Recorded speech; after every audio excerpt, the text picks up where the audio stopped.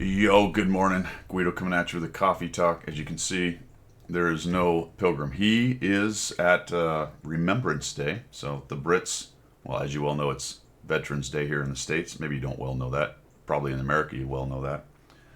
But in England, it's Remembrance Day. And I want to say it's the second Sunday, I believe. Yeah, the second Sunday in November, which puts it as close to the 11th as possible, I guess. They do Remembrance Day. I think Canada does that as well.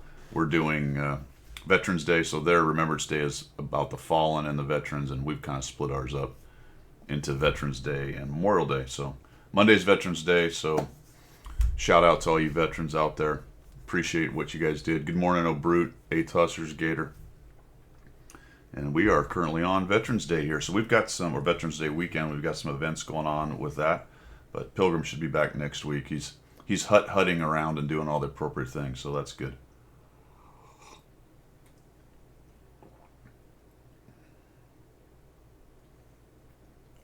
I think we had one of those last week, yeah? Mm-hmm.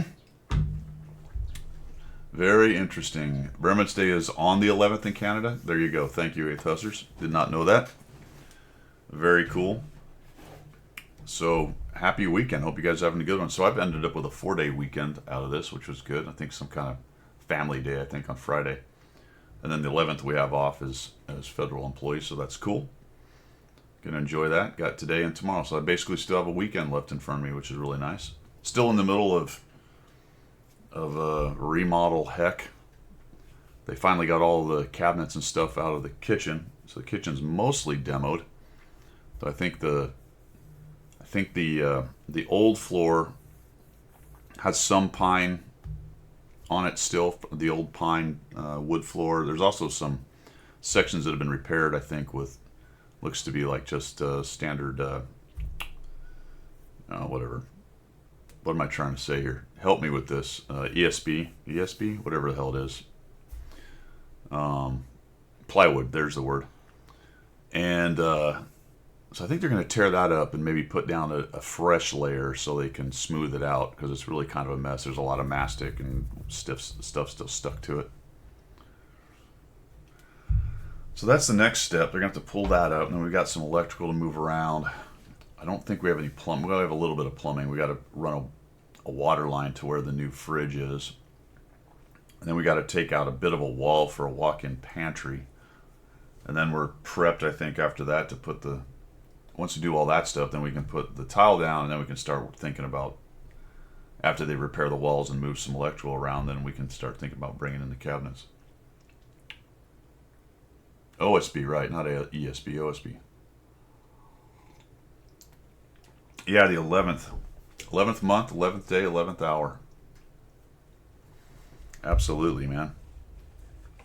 So that's what we're doing with that. I'm digging holes out in the yard, trying to get out azalea bushes, which is mostly done. I got to straighten that up a little bit. I've got another shed coming in here, maybe in 2 weeks, 3 weeks, something like that. Hopefully, get that put down. Then I'll have some more storage to move stuff around. All kinds of stuff in the middle of all the craziness with the election and all that other mess. But anyway, what are we doing with World of Tanks? Let's see. I actually did get a little bit of playing in this week. Not too much, but I've worked quite a bit on the Selma, and I've clawed my way above 50%. I have 5 battles left in this thing. 52% at the moment. Kind of low on the average experience at 811. I'd really like that to be much closer to 1,000, so that sort of speaks to not playing it so great. I'm only doing 1,100 damage a game, which is very low for a tier 9. That's wild. I didn't see that number. Hold on a minute. What other... Oops, that's not what I want. I want to do this. So what are my other tier 9 light tanks at? Char's at 12, not great either. EBR's at 13, 1390's at 14. Yeah. How about the G-SOR? Even it's better even. Yeah, so the Selma struggling. I think the first probably 50 battles hurt me a lot because I was just sort of flying around trying to figure the thing out. It took me a long while to figure it out. I'm still not great with it, but improving for sure. Hits are low, but you might expect that with the little auto cannon. It's actually higher than I would think, though. At 59%, seems pretty good, actually. Old Brute likes F-16s. Those are his favorite. Yep. He's definitely a Viper kind of guy, I think. Damage 1.09, destruction 1.28. He likes the toy jets. 52%, I'm actually only at 51.58, so that's maybe a little bit misleading. It's fake news, all right? So misinformation, disinformation. Battles survive. That's the problem right there. I just don't survive battles. That's terrible. Anywho, so we're about done with that. We got 5 battles left on that bad boy. The other things I'm working on are... I am still working on the Patton. It's sitting at an even 50. Where are my battles with it? At 48 on that thing. It's about halfway there. Yeah, you think the Blesk is better? I'm sort of looking forward to it because I kind of left the Blesk. I concentrated on finishing out the Selma, and I think I do like the Blesk better. I like the Selma's gun much better, but the Blesk does more scout stuff. It's just a smaller tank as well. You can see how much difference in size they are. I mean, look at this. So the Blesk, I think, can work the bushes a little better. And it's not really a small light tank, to be honest. Selma's massive. Blesk is big, but it's not quite as massive as the Selma. So I'm looking forward to switching over to the Blesk. That'll be the next scout I do. What else? Oh, the Lorraine I'm working on. I've dipped down on that one down to 49%. That's a little bit, I don't know, what's the word? A little bit disappointing because I was running 54, 56% on it. So I'm at 68 battles and struggling a little bit lately. Makes me wonder what... I don't know if it's listed on this or not. Let's see. Well, here it is. I don't know if it's in this.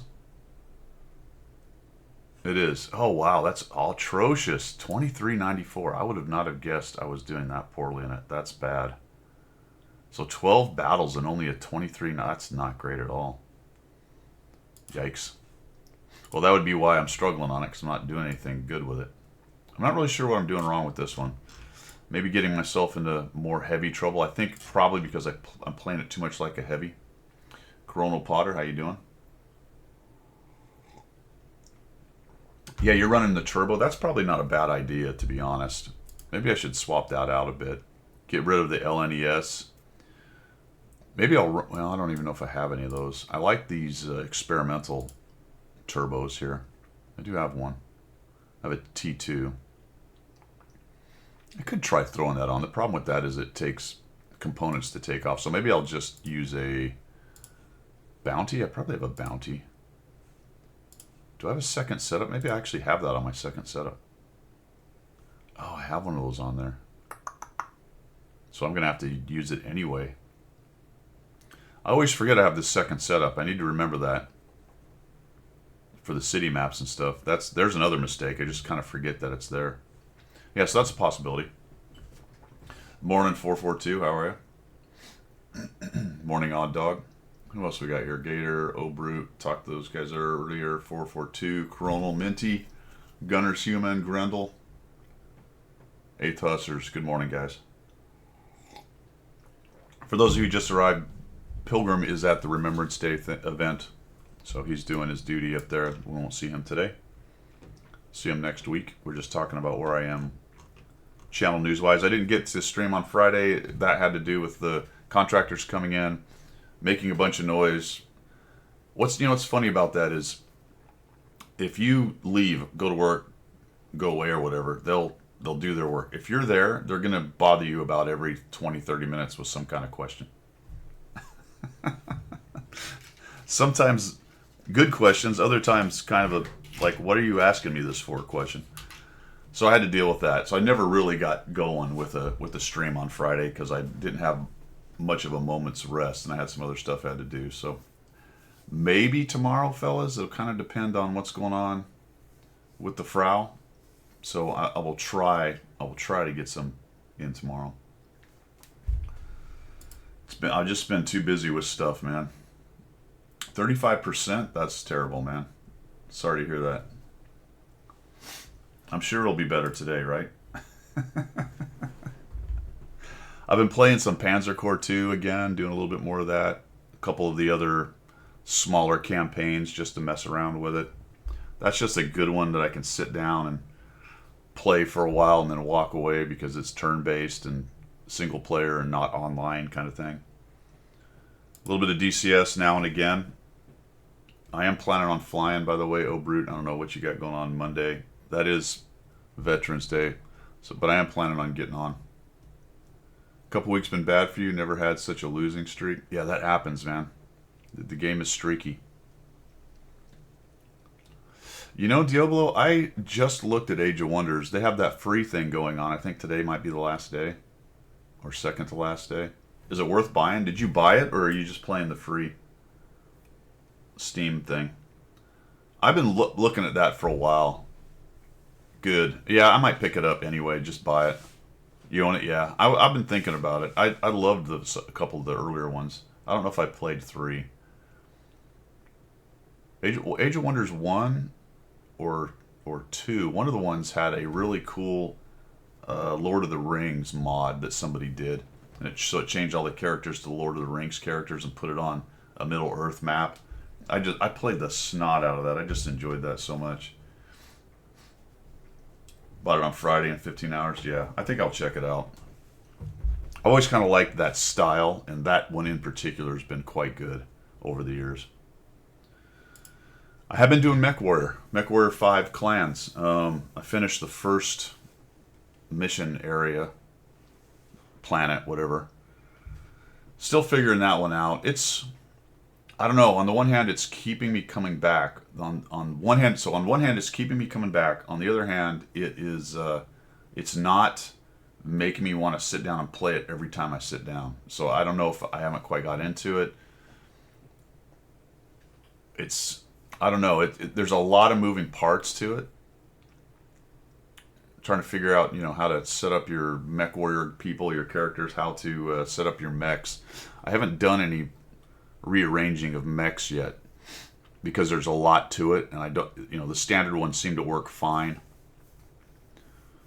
So I got to try to figure out some of the more nuanced stuff. So the first planet is pretty easy to just stomp through, and you just crush everything in sight. You get enough resources really to do it, as you do with most games early on. Fairly easy. But things are starting to ramp up a little bit, and I need to specialize a little bit in some areas, and I just haven't had the time to sit down and figure it out. Deadlock since the closed beta. What is Deadlock? Is that an FPS? There's a Battlestar Galactica one called Deadlock, isn't there? Is that the one, or are you talking about the FPS Deadlock thing? I picked up the Battlestar Galactica one, but I couldn't get into that one either. It wasn't bad. Alright, so that's what I'm doing. Playing quite a few different games, which is Dota-like. Okay, yeah. Yeah, there's another game called Battlestar Galactica Deadlock or something like that. It's obviously Battlestar Galactica space game, but you play the fleets, basically. Not bad. Tried to get into Elite Dangerous, but can never get past the training missions. Oh, that's the space sim. Doesn't that one have VR? I tried. It was one of the Star Wars Squadrons, I think it is, which has VR. And for just a brief moment, it was really cool to be in VR in the a TIE fighter or a X-wing. But the way the controls work and the airplanes turn, it's too spastic. What's interesting is if you watch the original Star Wars, the space combat, it's pretty busy and I would say frenetic, but it's not super busy and frenetic. It's more like, looks a little bit more like our air-to-air combat. Things are moving pretty quick, but it's not so stuff everywhere. As the movies progressed, it became more and more frenetic and crazy. I think that's what the game is. The game is just too spastic for me. There's no real way to line up on things, or everything's just always flashing across the screen. So it kind of lost me in that case.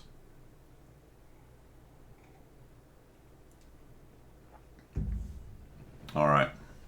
So that's what's going on channel-wise. Still, like I said, Selma's finishing up, working on the Lorraine, working on the... Oh, the other thing I've been playing, World of Tanks-wise, is I've been enjoying this stupid thing. This is not actually a bad TD, the 268. You gotta love the 750 Alpha gun. I think it's 750. Is it 7 or 6?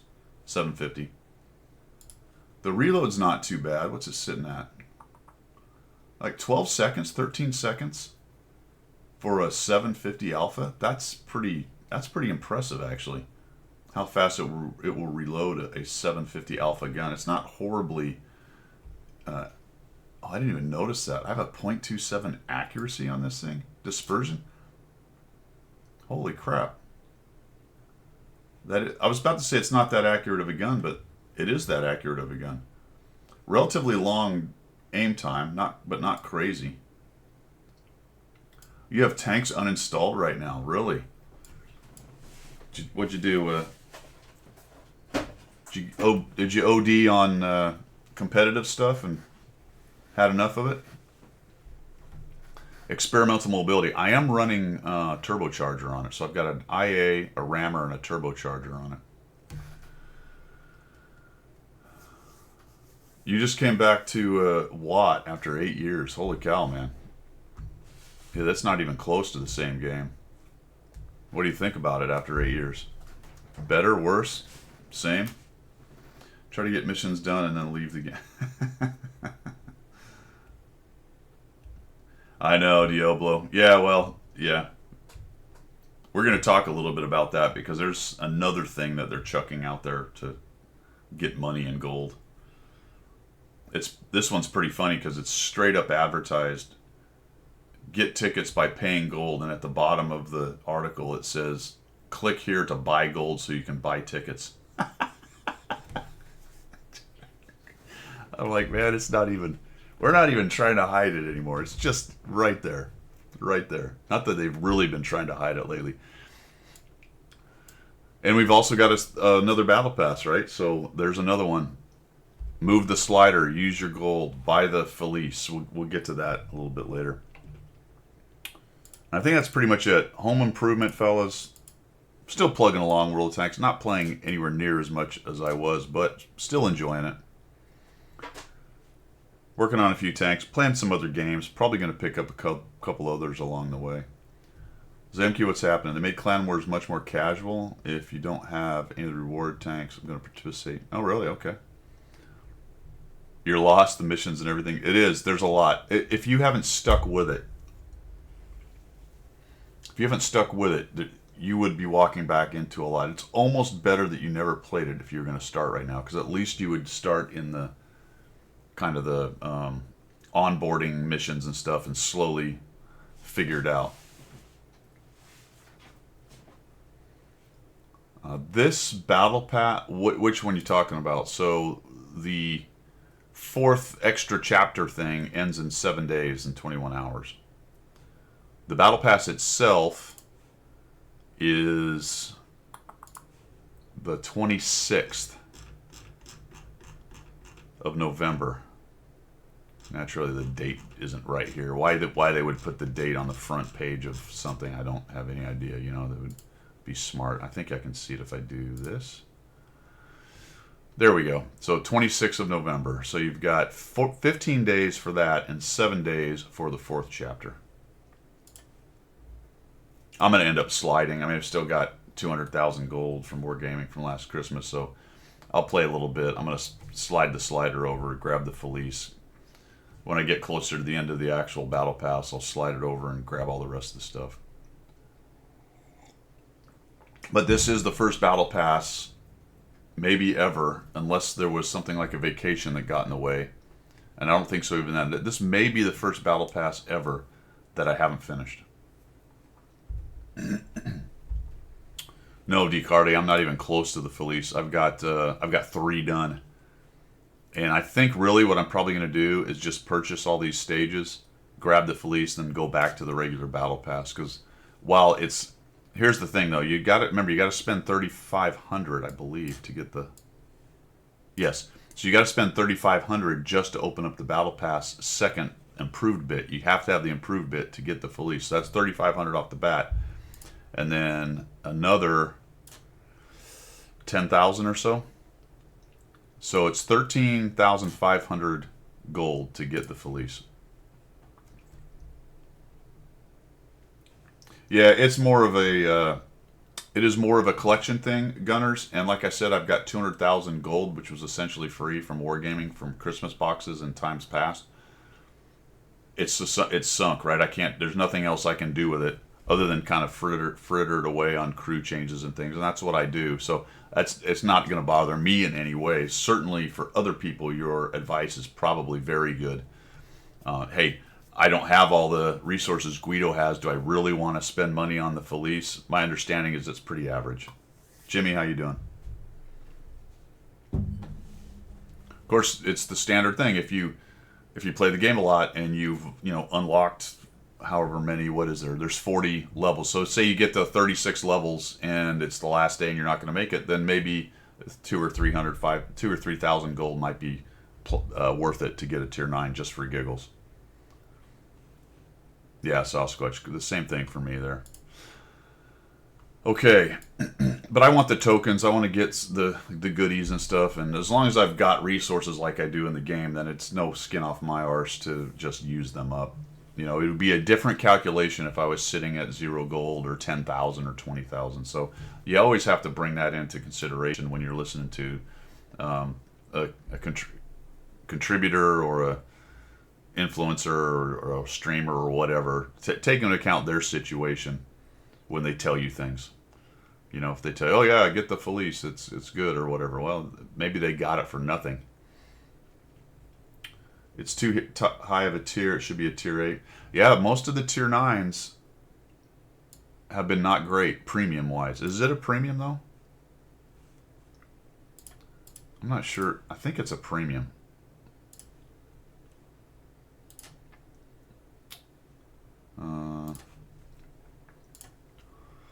Someone will answer before I actually figure out how to find it here. The important thing about it, I think, that you guys need to keep in mind is that it's a Viking Italian tank. It's Viking. It's a Viking tank, man. Come on. Yes, it is premium. So it's premium. It makes more credits and it makes bonds at tier 9. So it's got those two benefits. And most of those tanks, if not all of them, that have that capability, that aren't like reward tier 9, say the Char's a tier 9, it's a really good tier 9. The premium tier 9 so far, the Sturv K and whatever the other ones have been so far, have been very mediocre tier 9s because they made more credits and more bonds. So far, unless you guys correct me, I don't think they've released a necessarily really good to overpowered tier 9 premium tank. I'm not talking about reward tanks, but I don't think they've released yet a just overpowered tier 9 premium tank. Yeah, its reload is long. We noted that. This is a 15-second reload for just a 480 alpha. All right, but correct me if I'm wrong. I don't know. Maybe they're yeah, that right? Patent tank or whatever it's called. It's not good. The Sturv K has a pretty good turret, and you can make it work, but it's not great. The question is always, what's your definition of a good tank? Overpowered or just a good tank? That's all to taste. Chieftain Proto, yeah, it's okay. Yeah, and I think that's the best level that those have reached so far. The premium tier 9s have been, there are some that are okay-ish. The worst thing about the patent is the people, yeah, because that was just given away, right? Tiger Mouse, yeah. Yeah, if you like that style of play, the Tiger Mouse is pretty good. Morning, Kedge. All right, so that's it for channel news, fellas. Let's move on to missions and specials. We have actually a few missions going on. We got the Blue Light Special. Let's go over here and find our information. Here we go.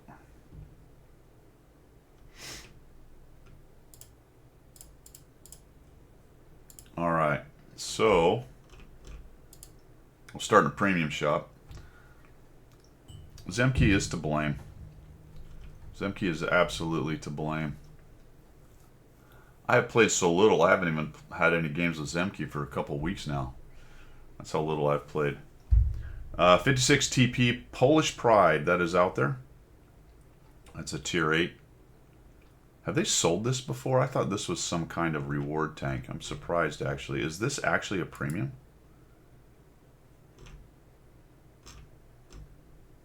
It is. I didn't realize that was a premium. Alright. I thought it was some kind of reward. I don't even remember how this thing came about. But it's available again. 44 bucks for this thing. Remember, this is not the auto-loading 56 TP thing or whatever it is. The Skirta. Actually, that's a Czech. I always mix those up. That's a Czech tank, not a Polish tank. Sorry. What's the other Polish stuff? The Hussar thing, right? Yeah, I get those two mixed up all the time. So they've got the 56 TP and the 56 TP. Oh, the prototype. That's it. All right, so there you go. Wonder which one's better. I think the prototype's actually better. All right, 390 alpha gun, so it doesn't hit as hard as the prototype. Anywho, there it is. You got 3D styles that are out there. The Baraska's for sale again. I thought it was a giveaway too, but loot boxes, is that where it came? All right, came out in loot boxes. We do have the info on the loot boxes for Christmas, by the way, fellas. In fact, we've got the small tanks listed as well. You like the tier? Oh, the T-53 Marquis Gawaga. Yeah, that's actually not bad. The tier 8. That's a good one.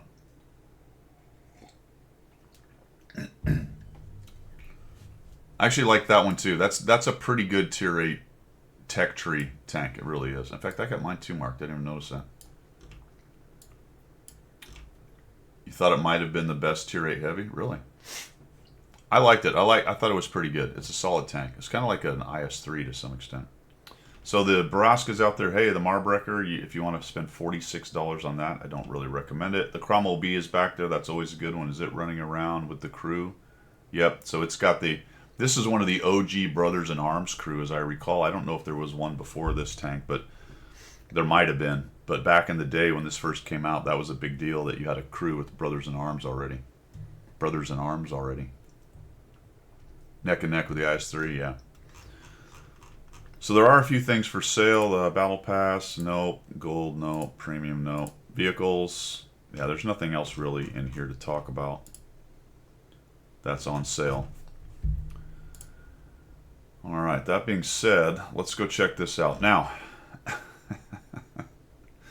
here it is. The Elite Sale Event. Did you guys see this?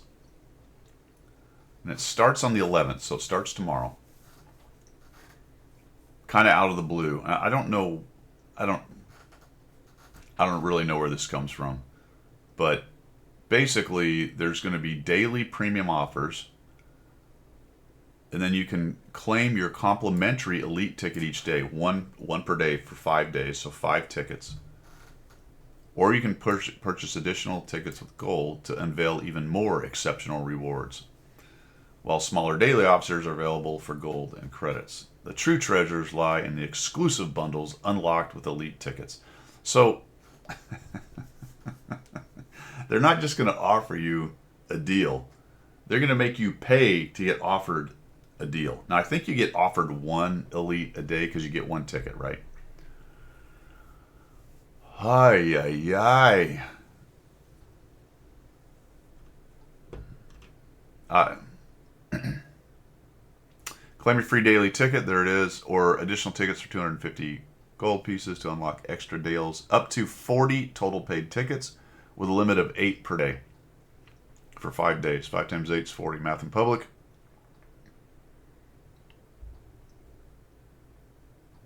Oh my gosh, dude. Your offer's up to 50% off. Apparently one of them is it up to no 8 per day. One, I think one of the 5, how did they describe this? Each tuck only come with the premium account. Where did I read that?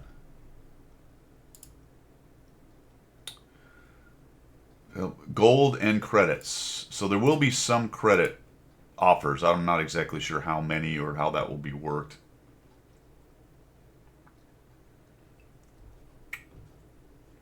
So they go from the 11th to the 16th, and then the offers expire on the 18th. One for credits. I see what you're saying. Well, smaller daily deals are available for gold. All right, so there's smaller daily deals for golden credits. I guess probably the big ones are going to be gold only or money. I don't know. The question for me is, and they say they're going to have rare premiums in here. That will be interesting. So what do they got showing? Is there any clue in this? Elite ticket, 250, affirmative. I don't see any real interesting tanks there. The CS52C, okay. All right. Who knows if any of this is a clue? We shall find out tomorrow, right?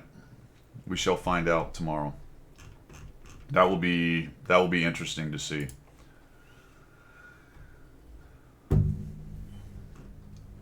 I mean, there could be a cool tank in there that you haven't seen or has not been around a whole bunch that you're very much interested in. So we'll see. With all the extra gold people have from the holidays, you know, what they're trying to do here, one of the things they're trying to do here is to suck some of the gold out of the game so that you are then incentivized a little bit to buy boxes at Christmas, right? That's one of the big reasons there. For missions, if you come in here to the let's get rid of this. In the client, we have a couple things going on in missions. Number one is the Polish Independence Day, which basically just requires you to play the game. I think it's for everything, or are they Polish tank? Yeah, so it's any tank. Looks to be tier 4 and up, or at least 5. I just saw 5. 4 and up. Tier 4 and up. So that's not too bad. Top 11. You can do one of those a day. That's some good stuff. You're getting some decals and paint and crap, pulp, flags. You get some Schmelnack. Automatic fire extinguisher. If you do this one, which is every time you damage 11 tanks, you're going to get a bunch of kits and more doodads. And then top 11 unavailable. I guess I got to finish this other one. Then you get some kits. So it's just free. It's free doodads. Yeah, the decals, no one cares. Although the flag, I believe that flag you can sell. That you can't. Generally, the inscriptions you can't sell, but I think the flags generally you can sell. Kind of depends on which one. So it's worth a few credits. And then there's Veterans Day that's going on. That ends on the 16th. There's quite a few things here. It doesn't take a whole lot to get through it. For the people who have the, what is it? Salute program. If you haven't picked up your T78, when you log in, you'll get a free T78. If you have picked up your T78, if you look down here, you will notice that you got... Oh, did I log off and log back on? That's unfortunate. I must have. I did log up. Oh, I wanted to show you. You're going to get credits. So I got 1,000,000-something credits for it, whatever it was worth. So that was nice. So you'll get credit compensation. You won't get gold, but you'll get credit compensation for the tank if you already had the T78 and if you are in the Salute program. All right. We are on the WZ-132-1 now. And the concept number 5, the wheeled medium tanks for the Brits, are the top of the tree. You want the Su-76? I don't know, man. Is that the little one that they sold that was so overpowered that they stopped selling it? Yeah, there are some tanks over on the Asian server that aren't on the US server for various reasons. We'll have to see. I mean, there could be a cool tank, you know, for collectors or people that want a certain tank. You never know. Could be good good tanks on that. We'll see how it goes. That's it for missions on that, guys. Let's see what else we had going on. Missions and specials. We had Salute we talked about. The Italian Vikings Battle Pass chapter we talked about. The Elite thing. There's also Black Friday merch. You come in here, you can find... Where is it? Yeah, the World of Tanks store. I don't know, guys. You know, I have one of these hoodies, but it was from a voucher that Wargaming gave us. It's not. I mean, it's not a bad piece of clothing. It's pretty well made. But I was kind of fat at the time, and I got a really large one. So I should have got a smaller size, because now it's like a tent on me now. Yeah, there's a lot of stuff in here. I don't know. For collectibles and things, if you go to the World of Tanks store here, stupid cookies thing drives me crazy. Some of these are sold out, unfortunately, but they've got these metal kits, which are kind of interesting. But down here now, they've also got these, well, these are the Revell, which is not on this one, which is weird. Here it is. It's these things. These are Rio bricks, which is sort of a Lego-ish thing. I mean, I don't do these things, but some people love these little collectible, like, put them together things. This is the Tiger. But $50, that's crazy. It's also sold out. I find that quite a bit somehow in their shop. So they're obviously selling stuff. When they put something new that's good out, it sells out pretty quickly. They don't seem to carry a whole lot of stock.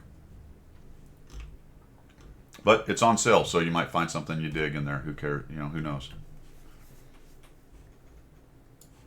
What else we got? All right, I think that's it for missions and specials, man. Kind of blasted through that. Battle Pass, the 4th Battle Pass is going to the 7th. Battle Pass is done in 15 days on the 26th, guys. And then there's going to be a POSX in there. And I would say about, what did we figure out? Christmas started on the 6th, I think. December 6th or something like that. So there's going to be about a week pause. I don't know if there's going to be something, a week pause. There'll be a week pause. I don't know if there's going to be something in between all that. Some kind of event or not, who knows? And then we're essentially on to Christmas at that point. So let's talk about that. We'll trawl through this. This guy, Sam Lockhart, I find his commentary a little hard to take sometimes, but he is really good at digging into the files and finding stuff.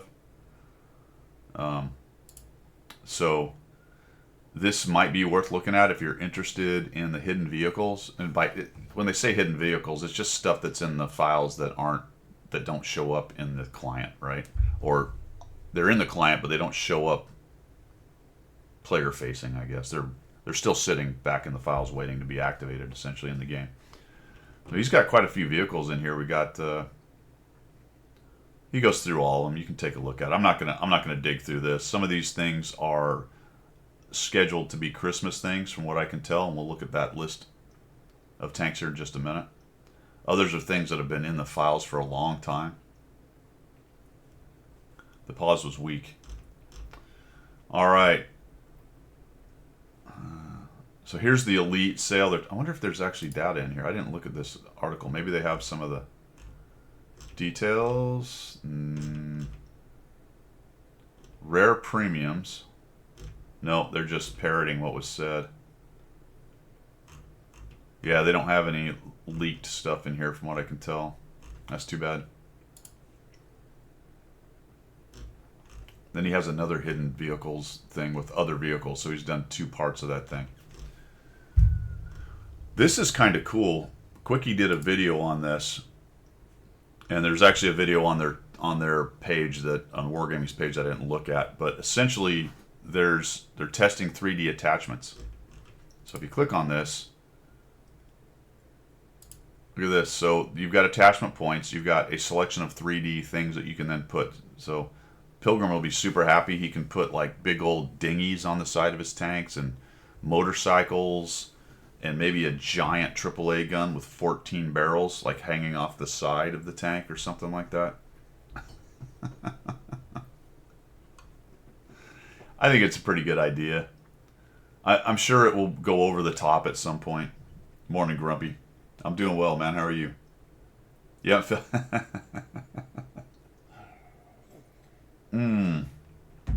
yeah. I'm gonna avoid getting into that, my friend. Gonna avoid getting into that. Really dumb stuff. Why no track links locked? Yeah, right. Well, this is a test. I think they're gonna have a lot of that stuff, Grindle. That it said in the article that this is just kind of a sampling. It's for testing purposes, and they plan to have a lot of stuff. You can see on this example they had a bag, like a bag of equipment kind of thing, or maybe that's a camo knit wrapped up kind of idea. So I think it'll be good. Yeah, that is weird, Sly. That is kind of weird that you can't, like, the set camos you can't modify. A little bit annoying. So let's see. Oh, okay. So here's a list of the things they have. Oh my God.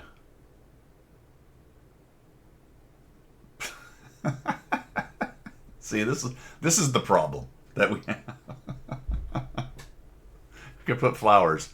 Okay, fantastic. Whispering Reaper, Eyes of the Void. So they've got a few things that you can put on there. It's for the ladies. All right. So, 3D attachments. That'll be fine. This is one of the, I believe this is one of the Christmas tanks. It's a Tier 8 Premium US. TD, I believe. We got multiple things here. So we got the Chrysler MTC, the object, the blah, blah, blah. So this is a TD. Then we've got a Russian heavy tank with rear mounted turret. We have the Prototype 6, which is not the Felice.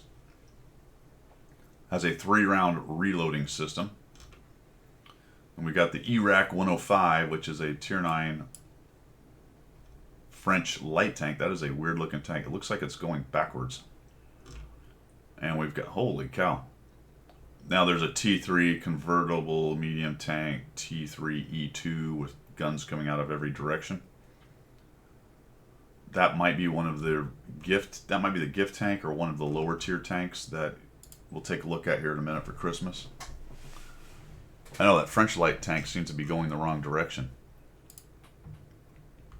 Isn't that weird looking? Yep. The Rudy with the victory flag. I don't know. The Rudy does have the flag, doesn't it? It's the one tank in the game that has a flag, I believe, even though I don't think it flaps. There's no movement on it, from what I remember.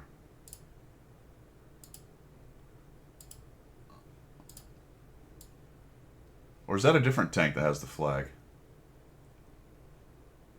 The 3045 has the flag skin? Yeah, the Rudy doesn't have it. Yes, there it is. It is the 3045. And it does have the flag. Does that flap in game? It does flap, okay.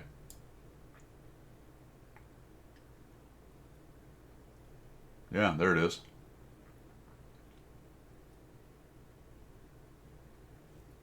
And that is actually a skin, I believe, yeah. How do you tell? Where is it? Wish it was easy to tell which one was on it. Style details, there we go. Kantemirovitz, this all-season 3D style. Tank 046 that traveled a long way from the dawn of the Elbe. There you go. So that's the skin name right there.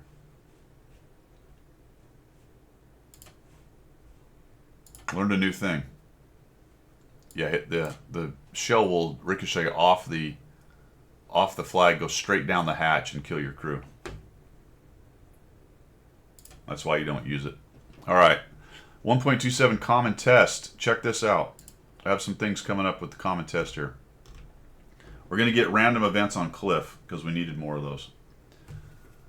Remember, Cliff has the big hill that you can climb and has a lighthouse on top, I think, or windmill. It's got a building on top.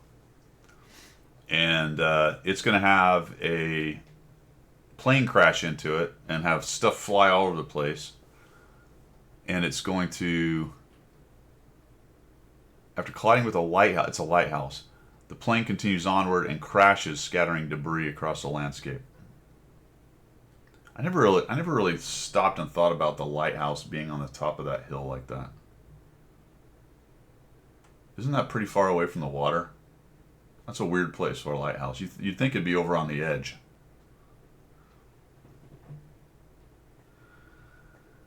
Siegfried Line carpet bombing. That's the one that's got the kind of field off to the side, and then it's got the city part of it. That's going to have a carpet bombing, so a bunch of the buildings will, kind of like Ruinberg, I think it is. So that'll change directions and ways you can go. Add a little bit more cover, open up new routes, all that good stuff. So they're adding that to 2 more maps. Here's a question.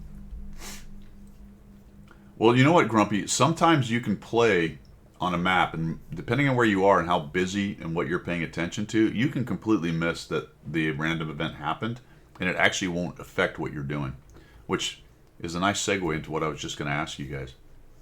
I haven't found those events to be terribly game-changing. On occasion, in the local area where it happens, it can change a route or make things a little bit different, but I don't know if I've ever seen it. I'm sure it has, but I don't remember feeling like, holy cow, that just completely changed the game.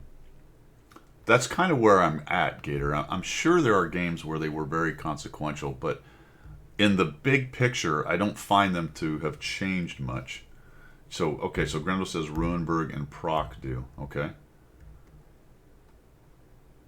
You can follow the train on Himmelsdorf, okay? Being able to ramp down the castle quick can, alright?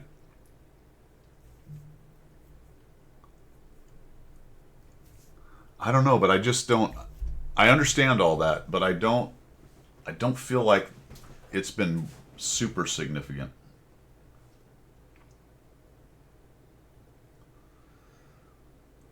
It can change proc a little bit. It does. That's true. I don't know. I think in the grand scheme of things, obviously on the one-offs, they can have a difference. And certainly they would, because they do change the maps fairly significantly in the places they happen. But I don't find them to have been terribly disruptive, I guess, to the meta. And maybe it's because they don't happen enough, or maybe I don't notice it enough. Don't know. At least they changed the map a little bit. We've talked about that many times. At least I've felt like it would be very nice if they had things that would change the maps up a little bit. That's not really what I had envisioned, but it is a way of doing that. That could be Cliffy.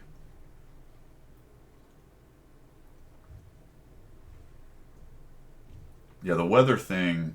Yeah, we didn't talk about that. I actually didn't have it on my list, but that's a good thing to talk about. That whole weather. Is that still going on?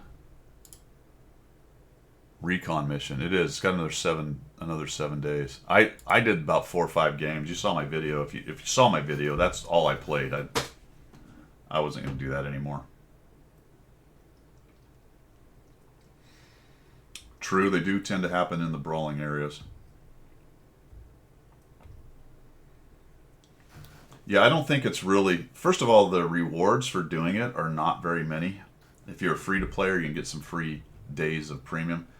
They do run as regular randoms, so the credits you get and all that it's basically just a random game.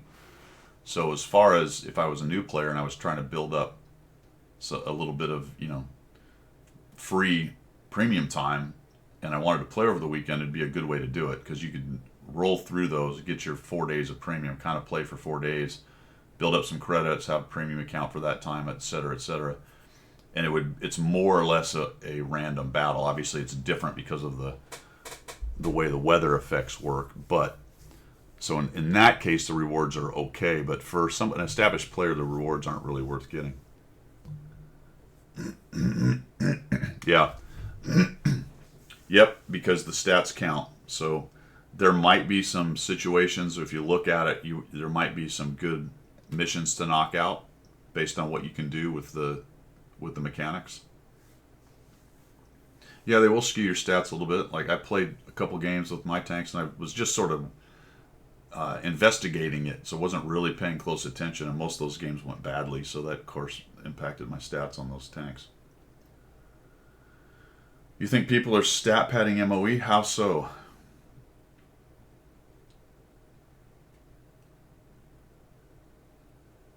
I mean, the one thing I can see being true is if you take a very strong armored tank and you go into the weather events, you're not going to be bothered that much by arty. They can still shoot you, but they can't. It's not as easy, and they won't be bothered by camping TDs hanging out at the edge of the map. So I think there is something to that. For example, on I don't know if it's Redshire, not Redshire. It's the other. It's the one with the two spawns, one way down the pit and one up. That brawling area is not affected by the sniper spots when you crest, and arty has a harder time hitting you. I showed you on my video when I played arty. So if you take a really good hold down heavily armored tank, or even just a heavily armored tank, and you're a good player, you might have some pretty damn good games in there.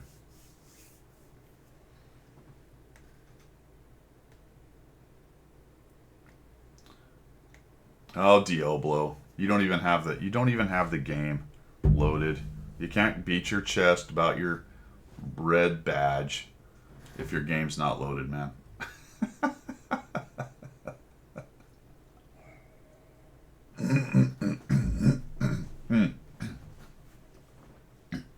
I wondered about that. Are they backing out of the edge of it and then backing back in? That's one thing I thought about. I'm like, wonder if there's a couple spots based on the way those are built where you could back out and push back in and then disappear and come back. Now, technically, you're still there. So people could aim on you like you would do a blind shot. It's just a blind shot. You're still on the map. And you may actually be on their mini-map based on somebody spotting them from outside. There's also the cooldown period, or whatever you want to call it, the time that you're still spotted until you go dark again. Yeah. And people want to go in there, right? They want to get around. They want to figure it out and all that. So that's definitely going on. That's definitely going on. All right. So we've got the random events. We've got the 3D attachments, which this is in common test. This feels, I mean, when they put stuff in common test, it rarely doesn't get into the game. Rarely doesn't. Rarely doesn't. So it looks like this 3D attachment things is coming. 3D attachments come in 3 rarity levels. Oh, good. So now we're going to be selling 3D attachments, I bet. Awesome. Didn't notice that. So we've broke them out into levels of rarity. Do they do anything? No. Not all tanks for testing won't be. Wow. Could you imagine if they made 3D attachments do things? Like increase view range or whatever. Something like, kind of like a directive. Like maybe the legendary ones do that, and that's why people would want to buy them. We'll see. Frickin' laser beams, man. So that seems to be what's in common test.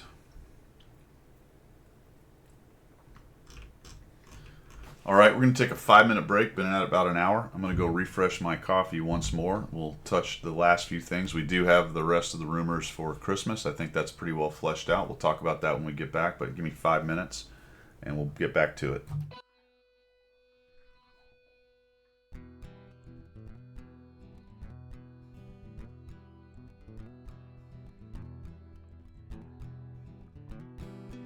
Guido is his name, tanking is his game.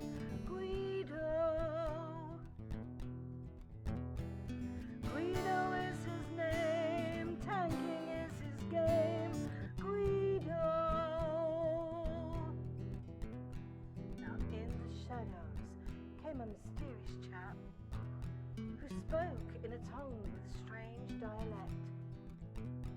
He offered his help to the mighty Guido to bring some laughter to his love of speedos. To the coffee talk they both came, to bring the message of winning ways to all and sundry and the masses. Yes, that's right, lads and lasses. The damage counts and flexing back will keep you on the right track. Guido is his name, tanking is his game. Guido. Guido is his name, tanking is his game. Guido. So in what, if you want to progress, then seek out Guido nonetheless. With his sidekick Pilgrim, he has a message that to win you must be aggressive. The position and place that you must seek, for the winners only, not the weak. The guru speaks, so listen well. His voice rings out like the Liberty Bell to bring you all to Unicom land, or to die hard trying in the sand. Guido is his name, tanking is his game. Guido. Guido is his name, tanking is his game. Guido. To the swamplands came the mountain man to teach his wisdom and pay his due. A man with a name only known to a few. To his followers his words are true. Guido is the man, big and gruff. He used to fly jets, but now he does the tanking stuff. Guido is his name, tanking is his game. All right, we are back. Fresh coffee. Fresh coffee. Put the rubber dinghies on your side of your tank so you can have EBR armor. That's not a bad idea. We'll bounce right off. Yeah, and that was a huge outcry with the decals. So I feel like maybe they won't do that with these for the same reasons, but we'll see. Give Artie a smoke shell to send down range and hide the other tanks from the red team. He is at the Remembrance Day parade. Al, absolutely. Yep. Yep, he's doing the Brit Remembrance Day thing. All right, so that's 127. What else we got? We've got, we talked about that. Apparently there's a new Kanonen Jagdpanzer, the Kanonen Jagdpanzer 2. So remember the first one had a 90 millimeter on it. It was a little pew-pew gun. And that was one of the worst TDs in the entire game. Then they made the Kanonen Jagdpanzer 105, which is actually a really good TD. Quite enjoyable for a casemate especially. It has a 390 alpha. This one's kind of in between. It's got a 370 alpha. Pretty good pen with a standard round at 263 and 311. Nice shell velocity. 8.5 second reload. Relatively long aiming time. Not great accuracy at 0.4. -5 on the gun elevation. Only a 3-degree field of regard. You want a 90 anyway? Yeah. I don't know if I have a 90, to be honest. That's one of the ones that got by me, I think. Maybe I do have it. Nope. I do not. I have the 105. I like the 105. That's pretty good. So that's out there floating around. I'm not sure how that's going to show up. We've got a FV229 Contenda. The Contenda. It's a heavy tank. 390 alpha at tier 9. Okay pen with 248. Good shell velocity. 11-second reload. 0.35 dispersion. -10 gun depression. What's the armor look like? The turret's 280, which is good. Not amazing. And the whole armor is 165, which is actually pretty good. And it does 34 kilometers. It's slow, 34. Interesting. That's out there. All right, here it is, fellas. Here's the complete list for a Christmas. Was the contender a double barrel? I don't think so. It is a double barrel. Never mind. Didn't realize that. I see it now. That must be the Tech Tree Tier 9, yeah? Yeah, okay, so that's the new double barrel Tier 9 Tech Tree tank. Good catch. I missed that. Good catch, Spitfire. All right, so what do we got? We knew about some of these to begin with. So we've got the VZ68 Squall, which is a light tank. This is the Czech light tank on the double barrel line for the Czechs. This is the missing Tier 8 Premium that we haven't seen. So it's basically the Blesk Premium version. We've got the Contradictus. This is the Tier 8 double barrel premium for that line. So looks like we're going to get the premium for that line before we get the branch. That's the usual way they do it. Then we've got a Tier 9. This is actually a medium tank, Chinese with rocket boosters. It says this is the older brother of the BZ. We need to wait for the final performance characteristics here. So we had speculation last week. I don't know if that means it has some big derp gun like the BZ does. As a medium, I don't know. I think there's only pictures of this out there right now. The next one is the XM57, which is a Tier 8 TD Premium. I don't think that's the one we looked at, is it? That's a different tank, maybe? Let's find out here. Yeah, we looked at this yesterday. These are only pictures. I don't think they have any stats out for them quite yet. Although it's getting close, so you would imagine they'd show up fairly soon. And then the Toro, which is this rear turreted heavy tank. Yes, Tier 9 heavy tank with a reloading system for 4 shells, because we just need more reloaders. So those are the big tanks. Then we've got a Tier 5 medium tank, the Su-100I. Looks like, wait a minute, that's a TD, right? Yeah, it says medium tank, but I'm assuming that's a TD. Looks like a TD. Smells like a TD. Plays like a TD.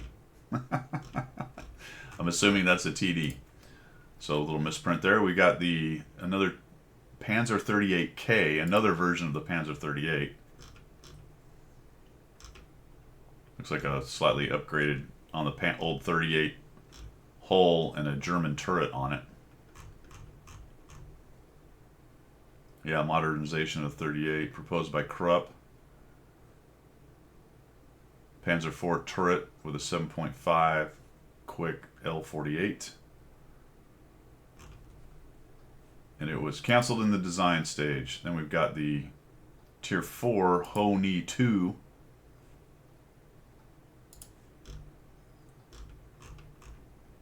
This is a TD. Looks like a pretty standard low tier TD.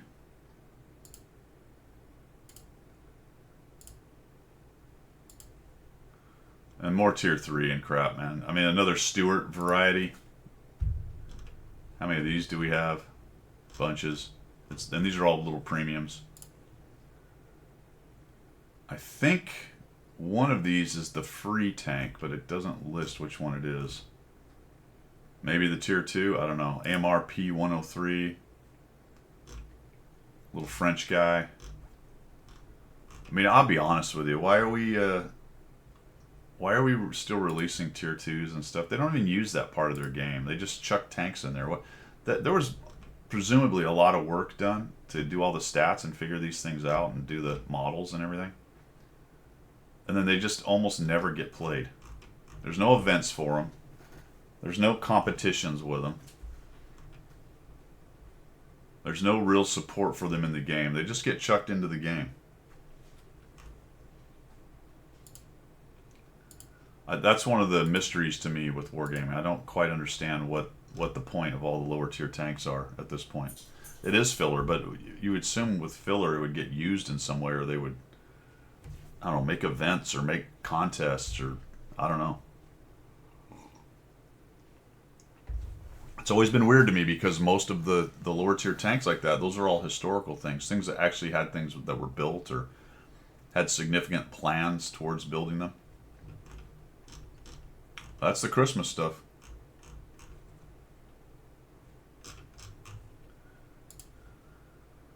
I don't know. Is any of this? I haven't even asked this question to myself. Do you guys find any of this to be interesting? Oh, my pretties, yeah. It's useless, but we gave you something. That might be something to it. Let's see. The Squall. I guess I'm sort of interested in the Squall. I guess. I don't know. Is a tier 8 double cannon light tank something I would play a lot of? Probably not. Once I finish the 100 Battle Challenge, I don't really see myself going back to play the Blesk. Maybe I'll play that because it's a premium. We'll see how it plays or how big it is, all that stuff. I don't know. What's it look like? It looks big. It looks like a daggum. It looks like the Selma. So it looks like a big tank. I'm not really interested in a big light tank. So there you go. What else we got? We got that one. We got Contradictus. Maybe. I don't know. It's a double barrel. Maybe that's going to end up being pretty good. It's going to be a double barrel, I believe, with pretty good gun depression. Although I don't remember what the stats are. Are the stats out for this thing? Hard to tell.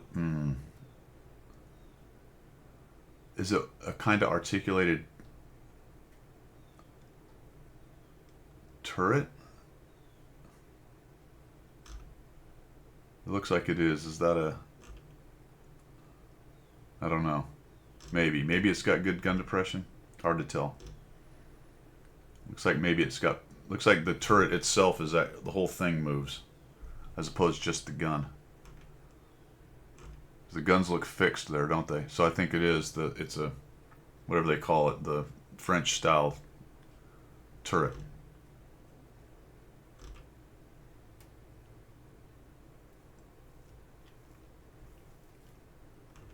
So it could have good gun depression with a double barrel. That would be interesting.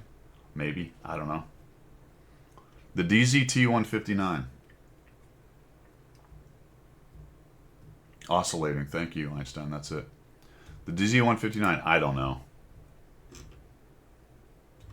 Maybe.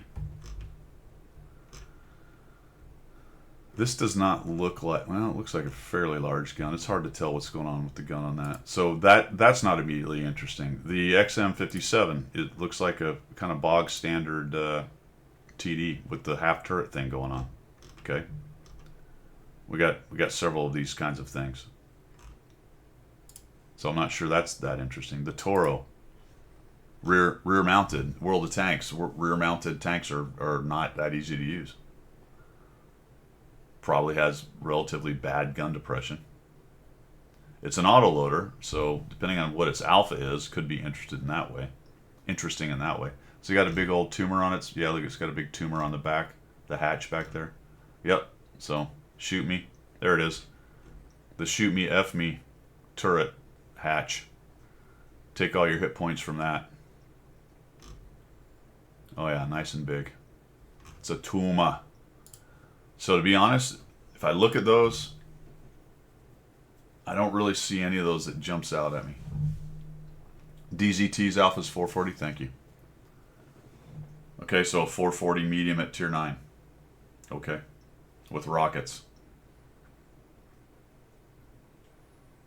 Presumably, as it's a medium, it's got better mobility than the heavies to begin with, plus it has rockets. So I wonder if maybe its rockets will be kind of interesting because of it's already a medium that has decent speed. Yeah, there may be some reskins in there, but I haven't seen those advertised. Have you seen those advertised, Jimmy? There could well be reskins in amongst them as well.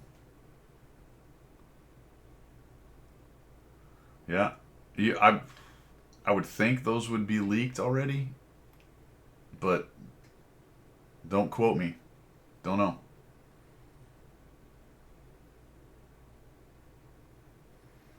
I mean, there could just be plain old a few tanks from last time. I think they've done that in the past. There's been other good tanks that people want chucked in the mix, just to muddy the waters in terms of which tank you get. Right? There's a slightly improved M103 coming out. Oh, great. Yeah, is it the 103M or something like that? M103M modernization. Borat the second. We already have the meal. You think we need a third? The meal the third. Another Su-130. Su-130-2.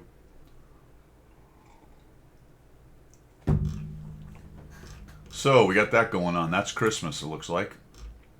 I'll be on. You know what? We haven't heard a single thing out of, and that's probably not unusual though, is it? I wonder when we're going to get the reveal if there's going to be a tie-in with a star. Has that run its course? Are they going to do it this year? Are they not going to bother? Will it be one of their own in-house, characters or whatever? Is it going to be Taylor Swift? That's right. Would it have to be a wheeled tank to be a Swifty, Grendel? It'll be it'll be Ikibu, Trump tank. It'll be Kelsey. that would actually be pretty good, especially if it was the older brother Kelsey, not Travis, but Jason. It would have to be Jason, not Travis.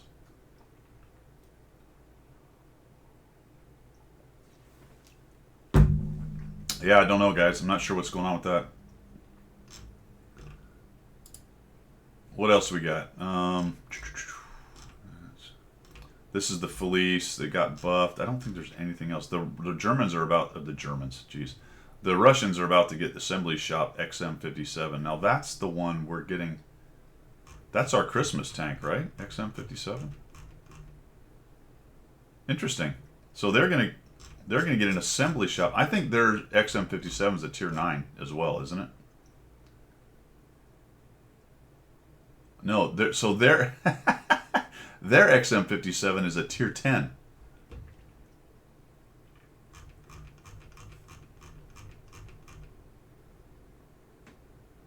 Wow. Okay. So they're wow. That's interesting. What else we got? I think that's it, fellas. The Vikings thing. We knew about these. There's the Contenda. This is the tier 9. We just looked at that actually.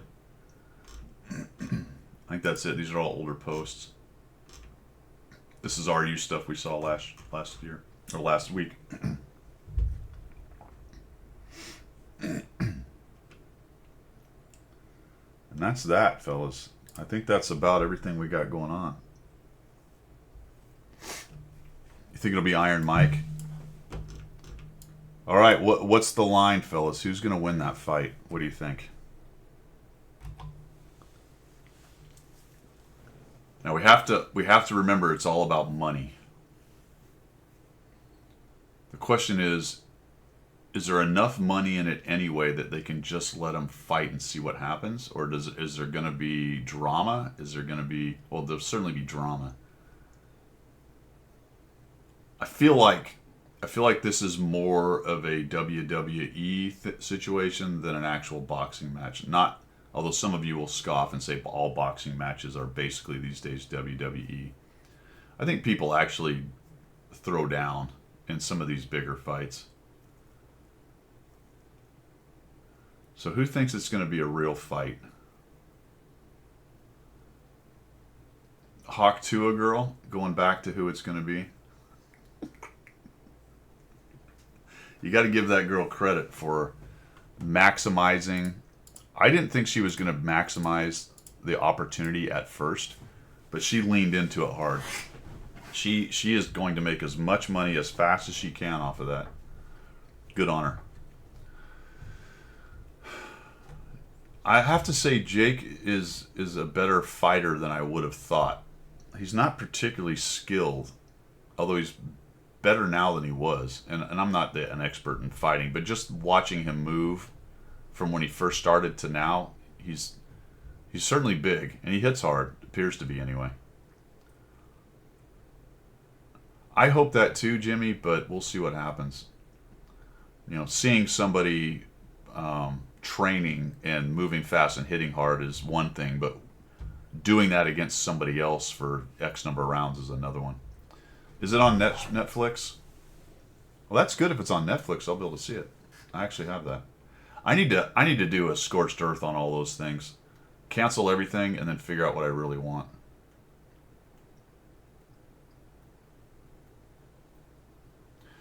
You know, Rock, that's kind of the thing. I think that's what a lot of people are saying. So the question becomes, I mean, he's that old, so he's certainly not going to have the stamina he had when he was in his 20s, right? But my God, when you see him, he still hits hard. You would not want to screw around with Mike Tyson. Certainly not at my size, but...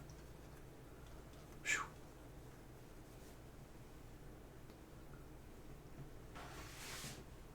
Paul will just avoid 2 rounds. Yeah.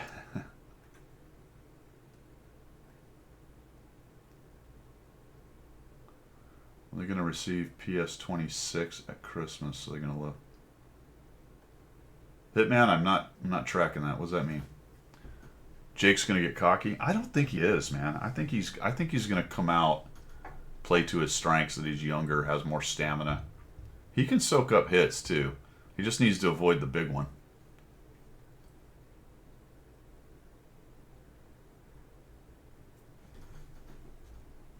I hope it's interesting and not a shit show, but it could be a shit show. Maybe someone's ear is gonna get bitten off. I don't know.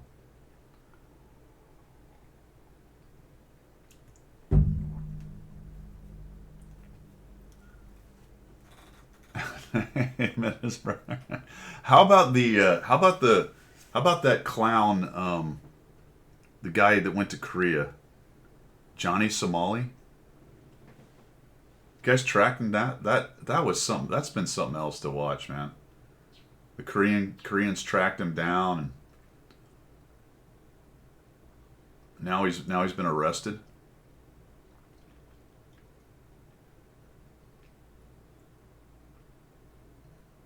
Yeah, I agree. I do not like the streamers that do stuff like that Johnny Somali guy did. It's really, I don't know, man. It's unnecessary. You know what I mean? And I get it why they're doing it. They're getting clicks and they're making money off of it and all that kind of thing. But there has to be a limit to that shit, man. Oh yeah, the kid that told it that.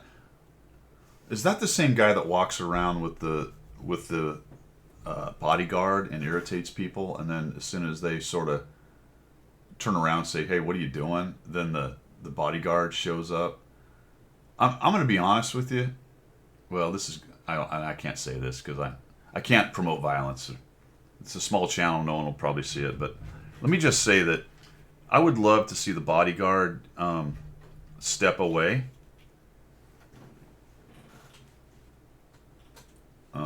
You know what I mean?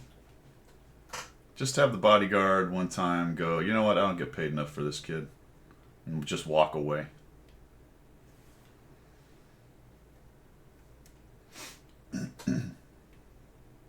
Yeah. The problem is, and I think to a large extent, obviously these guys pick. Well, here's the other thing about it. How much of it is actually staged? Let's be honest. It looks real. But you wonder if you're that kid, and maybe they're that stupid that they would bother random people, but I feel like maybe a lot of it's staged. They certainly go after people that they feel like are an easy mark. But I'm wondering if it's staged, because I just feel like if you were doing that, like, well, you picked the wrong guy that's carrying or something, it could go really south really fast. Yeah, that's what I'm saying, Jimmy. So they probably don't go to places like that. But you have to think a lot of it's just staged.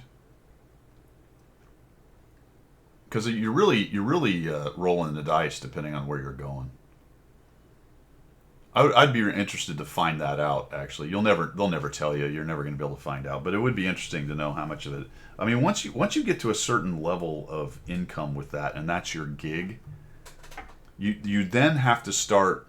That's what I'm looking for. You then have to start. Kind of like in World of Tanks, you have to start controlling for randomness, right? You don't want to do it to the wrong person, and either have something bad like that go down, or you go too far and get arrested, or something like that.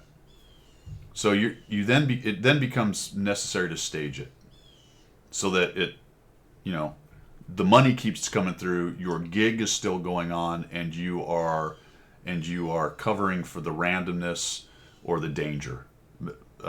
Risk management, basically.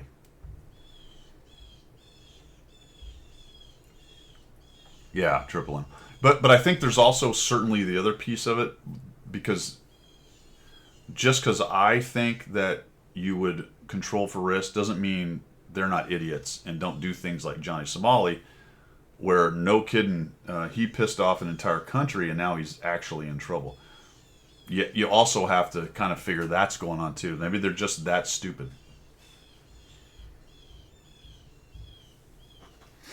Camera guy hold people back, but I also don't believe the marks would be that good of act. It's a good point, Cliffy, because I think a lot of times you can see these videos and you can tell pretty quickly that it's been staged because the angles are too good and the position of where they're getting the info, of where they're getting the video is too good. You know what I mean? But I bet if you're good enough at this, you could stage it. Those are birds, Al. Yeah, the birds are super excited outside the window right now for some reason. Can you hear that?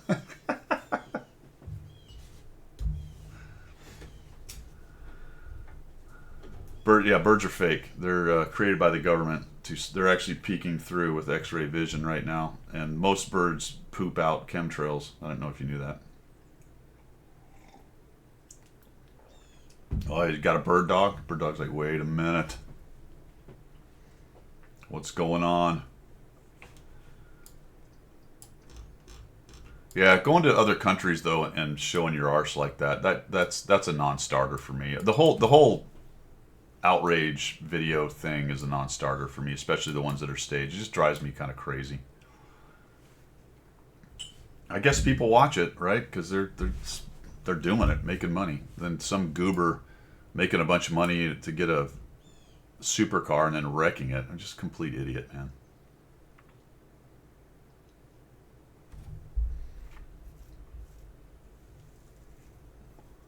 Yeah, I mean, Somali probably thought he could get away with it in Japan and Korea, thinking they were soft or wouldn't do anything.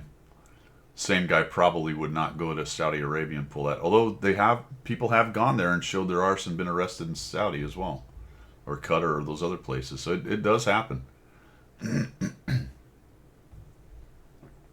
They start to believe their own press and they're untouchable, and then they just push the wrong button.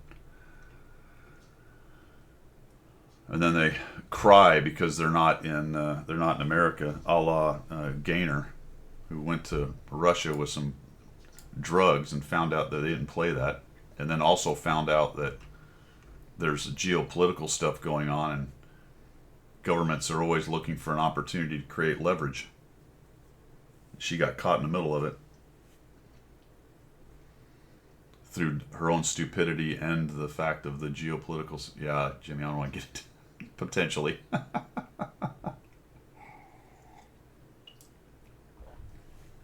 Potentially.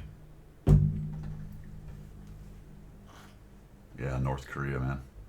They just sent a bunch of troops to Ukraine, to Russia, to fight in the Ukraine event. Yep.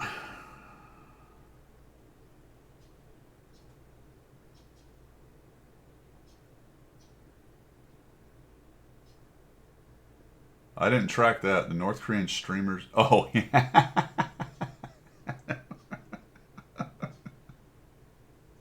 I read something about that. I read something about that. Well, I mean, there's a reason why the North Koreans keep their people from seeing stuff in the Western world or the outside world. You know, you start to get exposed to other ideas, and that the whole cult of personality that's built up there starts to disintegrate pretty quickly. You know, that's only a couple generations from just going away. They may still be fairly regimented and have a strongman running it, but the whole idea of what they're doing up there, if there's too much influence of the rest of the world, that dies pretty quick. Now, that's always been the theory with some of the things with some of the stricter Muslim countries, but that's not necessarily true. But it loosens as it goes, man. You know, you expose people to certain freedoms, and they generally tend to not go back, or it's not as easy. Let's put it that way. Yeah, you got to feel for them though, Cliffy. You know what I mean? What is the end game for those guys? They've been sent there, now they're exposed. So, um, can the regime afford to have them back? I don't know. But did they have they basically burned that? Are they essentially cut off? They did that. They got their political clout out of it, and then those guys have been sent to basically perish. Right? They'll just they either don't come back or they perish there. Then you pretend that they did well or something. I don't know. I'm not really sure what the plan is with that. That's why, in general, the North Koreans really didn't send people out to fight in places.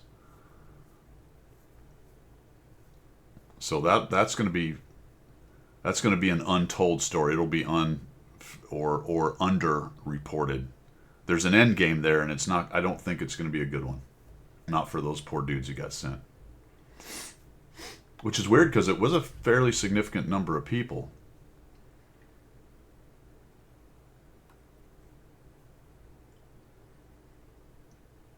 And who knows, maybe if some of them do well enough and they're good enough party members, maybe they do go back. Who knows?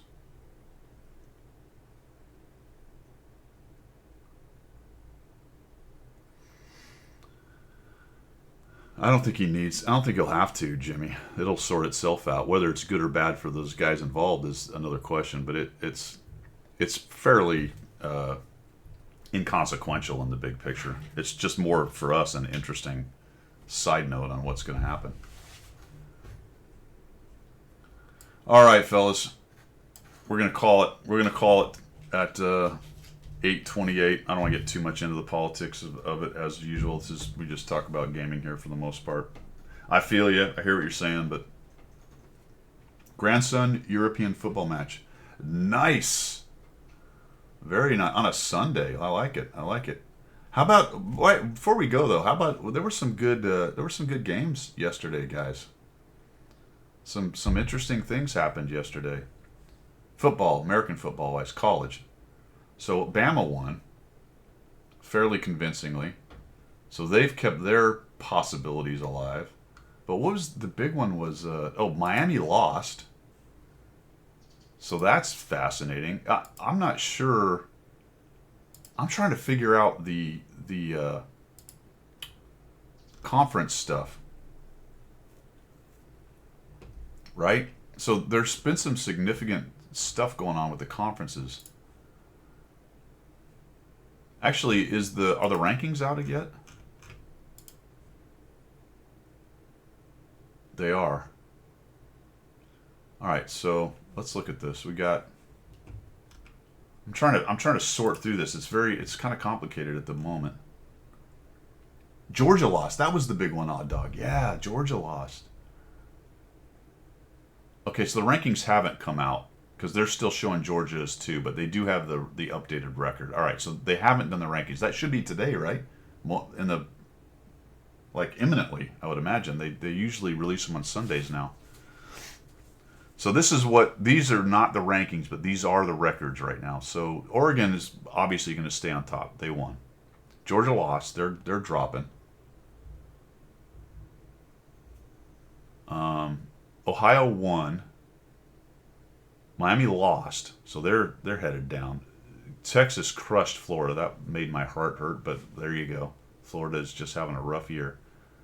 Penn came back, or not came back, but won. They lost last week, but they won this week. Tennessee won. Indiana won. Now, here's, when is Indiana going to get some respect? I don't know. They haven't really played anybody. That's their problem. BYU won. So it looks like BYU is going to win. Let's go to the. So what are the Power Four? The Power Four are ACC, SEC, ACC, Big 12, and Big 10. Is that right? I believe so. Correct me if I'm wrong. That's what they're calling the Power Four now. Is it an 8-place tie? That's the thing about the SEC I'm trying to sort out. The SEC is crazy, but let's start over here. AAC, okay. So Army has to keep winning. They're not going to get in for a conference just purely for their conference championship because only the Big Four are going to have conference champions automatically in the top 4 slots or whatever it is. But they could sneak in if they get in the top 12-ish or so. Which, again, it's not purely the top 12. So I don't know what Army's chances are. They're going to have to win out to have a chance. But they're in the mix at the moment, from my understanding. ACC, if you can believe it, is SMU right now. So, and I don't know, what is the status with the conference championships now? ACC doesn't have a playoff for it, so I believe it's just the best record, right?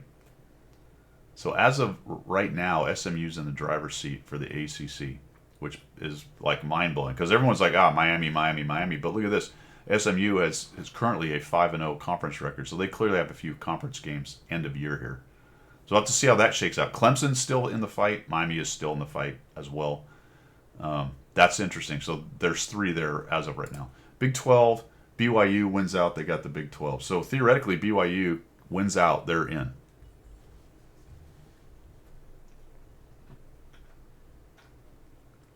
The highest ranked in each for the auto bid of the Big Four. Yeah. So essentially the conference championship for the Big Four will pick up 4 of the 12 slots automatically. Regardless of where they're ranked. Generally, they're probably going to be ranked kind of high, but in the case of the ACC, I don't know where SMU is. They're probably not that high. Where are they? Yeah, they're down here at 13th. Now, I think they're going to move up. Maybe. We'll see. Big 12, BYU, we just discussed that. So Big 10 is Indiana. Could be Cliffy. Exactly, depending on where they're ranked. So that doesn't matter. It's if they win the ACC, they're in whatever their ranking is. I think it's always going to tend to be near the top. But theoretically, there's some situations where stuff like that could work. Big 10 is Indiana. Indiana wins out. Although this is what's weird. Never mind. Wait a minute. Hold on. I didn't realize that. Never mind. Check it out. Indiana and Oregon. Is there a playoff for the Big Ten? Or do these dudes play each other? They have to. Well, I'm sure they have a game, right? Not necessarily because there's so many teams. Does Indiana play? They don't. They don't play. There is a championship game? Okay, good. So that will be one to watch. If these two teams can both win their last game here, that will be interesting. That will be interesting. Although I think most people would say Oregon's going to win. But Indiana's just quietly put together a really good year. What else? Conference USA, whatever. FBS Independent. Now this is where the Notre Dame conversation comes in. We'll see. They've righted the ship since they had that loss to, who'd they lose to? Texas A&M early on? Something like that?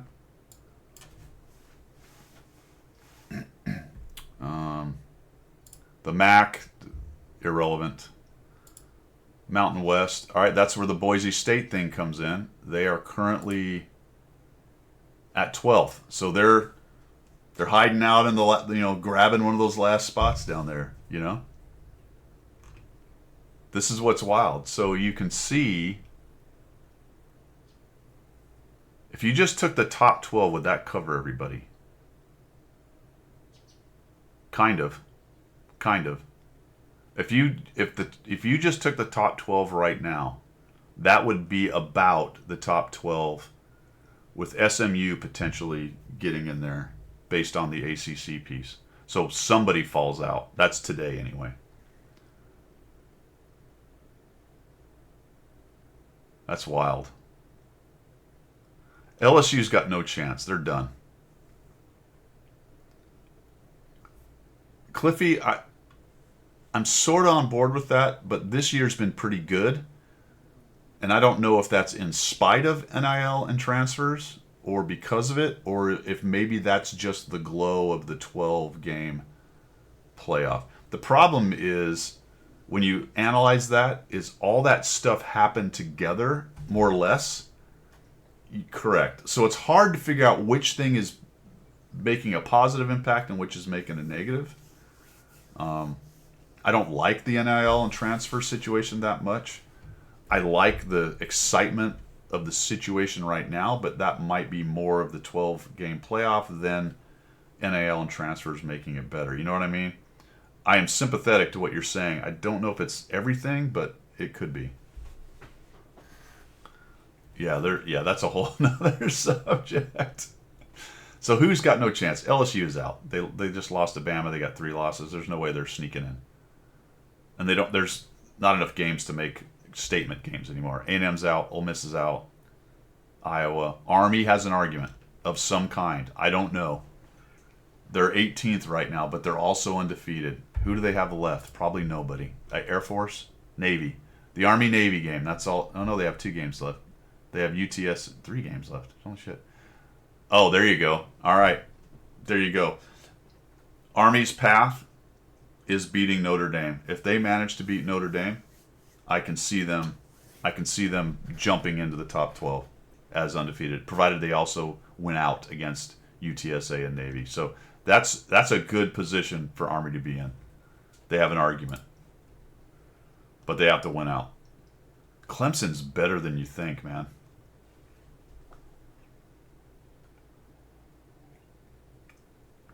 Yeah, the realignment may have a lot to do with it. I don't think Ohio State drops out of the top 12, but they might. I don't think so. Miami may. Miami may fall out of the top 12. It's very possible. I don't know if Ohio State does, but they might. They're not going to go out of the side of the top 12, I don't think. You think Ole Miss still has an argument, huh? Well, I think you're right, because here's the biggest wild card in all this right now is this mess. I'm with you on that. The SEC, this is crazy.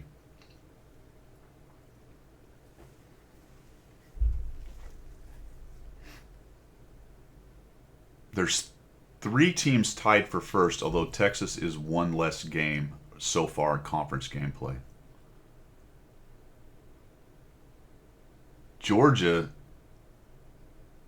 has no more statement games. I think they don't even. Who do they got?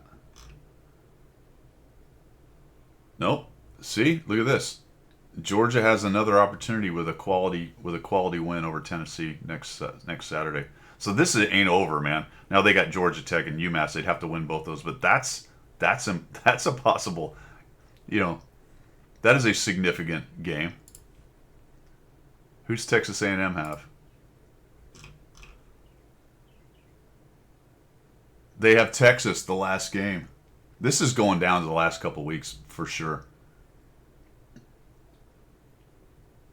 They have Texas A&M. And again, depending on how Texas A&M goes, but I mean Texas A&M is the other team with only 1 SEC loss. This is crazy. So these two play each other. Tennessee has Georgia. And Vandy, actually, but Vandy I think just lost, didn't they? I don't think Vandy just lost.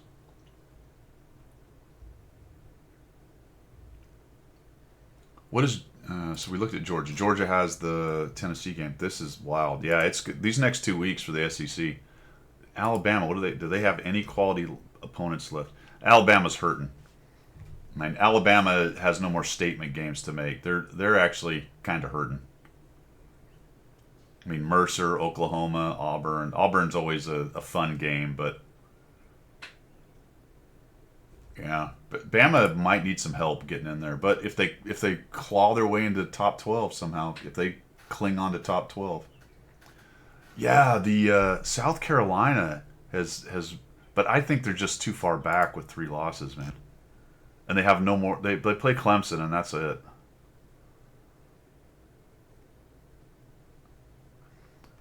I think South Carolina was about 2 or 3 TDs. I think South Carolina was 2 or 3 TDs this year from vying for SEC. They had a couple close ones that they probably should have won.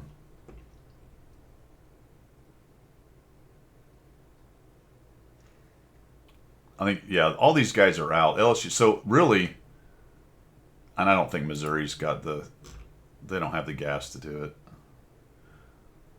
They're playing at some SEC teams, but none of them are ranked. So Missouri's done. But Alabama, Ole Miss, Georgia, Texas, Texas A&M, and Tennessee, all of these have arguments. And they're going to beat each other up a little bit too. Not Alabama, because they're just going to have to win out and hope for the best. Does Ole Miss have any more quality? Not really. They have Florida, which who cares at this point, and Mississippi State. So I think Ole Miss, although they're a good team, they're going to struggle to get in as well. But they just had a quality win. Where are they right now? They're pretty far. I think down here somewhere. Yeah, they're 16th. They just beat who the hell did they beat yesterday? Georgia. Oh my God. Yeah, Georgia. I don't. Okay, well maybe maybe that vaults them into the top 12 and they went out. I don't know, man. It's crazy. It's crazy. You know what I mean? There's so much going on here. It's awesome.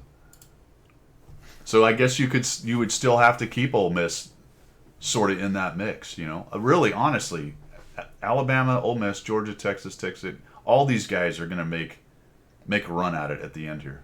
They've all got a shot.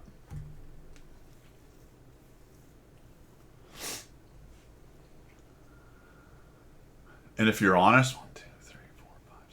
If you're honest, all 6 of these being in the top in a 12-team playoff would not necessarily be out of the question. It really wouldn't. Now, there's going to be some teams with better records that will be in the top 12, and some of these guys won't go. But quality team-wise, I don't see any reason why you might argue that any of these 6 shouldn't be in a 12-team playoff. What do you think? I think there's an argument for all 6 of these guys being in a 12-team playoff. Now, we have to wait for another 3 games, so maybe some arguments show up there. But in terms of who they've played and what they've done this year and how good each of these teams are, I mean, honestly, Alabama may be the worst of them. I'll be honest with you. Alabama may be the worst team of these 6. You might scoff saying Alabama's worse than Ole Miss. Okay, I get that, but still.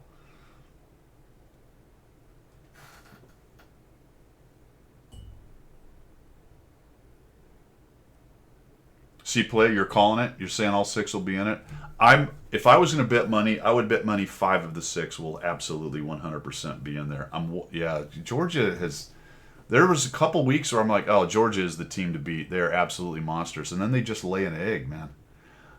The stat that blew me away is how bad they are on 3rd down. That's going to crush you. You can't be that bad on 3rd down, and I don't think, and win a national championship. That the whole 3rd down, and then their defense shows up one quarter and disappears another quarter. That's weird.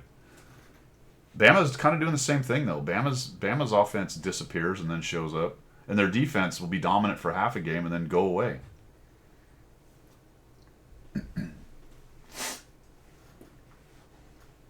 Well, there's definitely teams that can beat Bama. That's why I'm saying they may be. Ole Miss and Bama may be the worst 2 of these 4. I mean, that's what they're showing right now. But on any given Saturday, though, right? That's college football.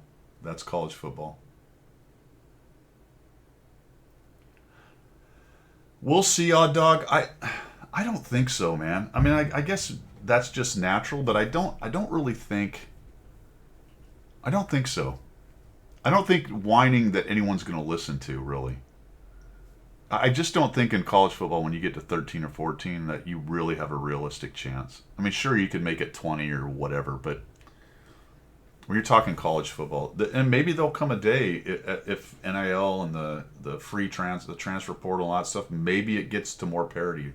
But I think right now these top 12 teams, where is it?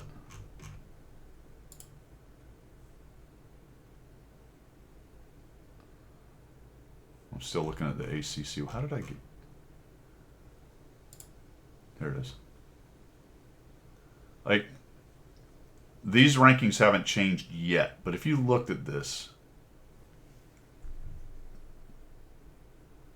well, you might be right, dude. You might be right, because if I was Texas A&M and if they did the cutoff today, and I was Texas A&M, I would be pissed. Even maybe Ole Miss, Army obviously would complain. Yeah, you might have a good point.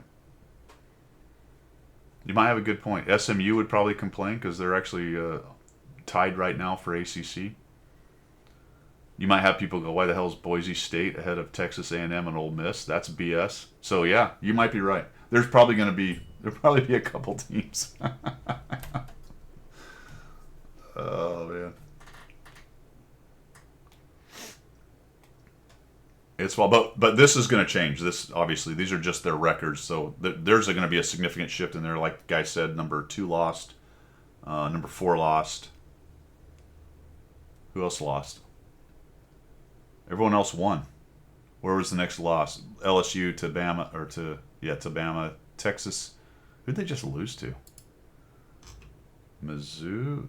Oh yeah, South Carolina. That's right, South Carolina being the giant killer. They're just a spoiler this year. South Carolina is just a spoiler. Who have they beaten though? Where are they? Are they even ranked? They're not ranked, are they? I guess they're not ranked. Unless I probably just missed it. Who'd they beat? They just beat.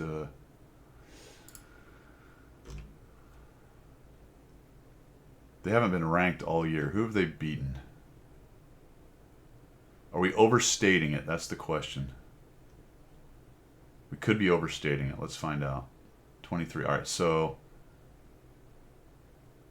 Oh, I'm not looking at South Carolina. I need to look at Carolina. Here we go.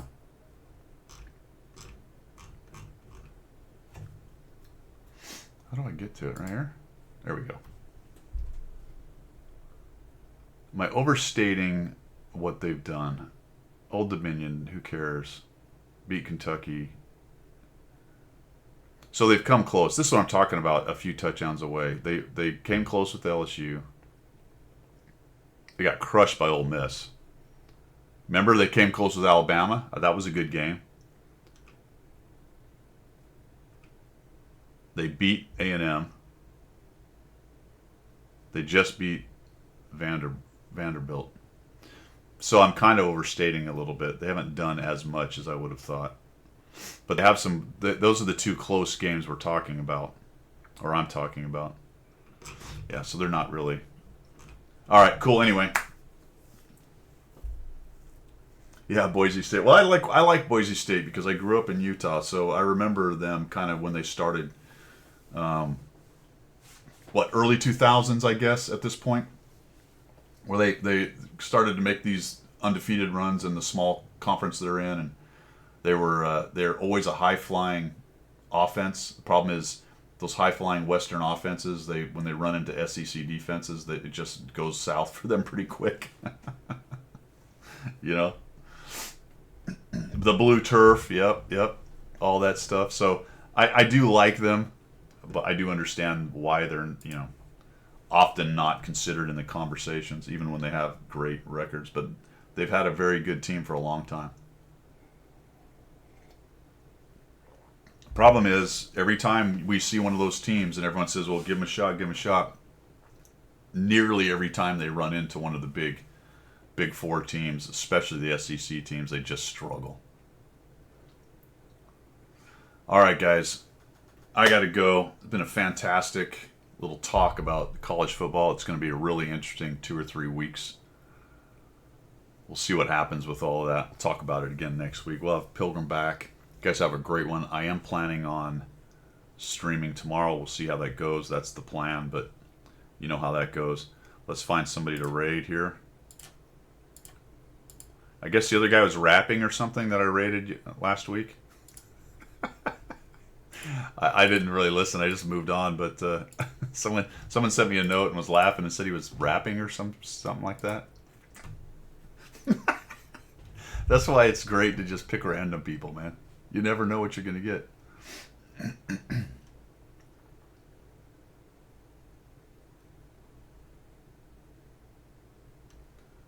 Yeah, here's a guy I haven't done. Arch UK. Let's go raid that fella.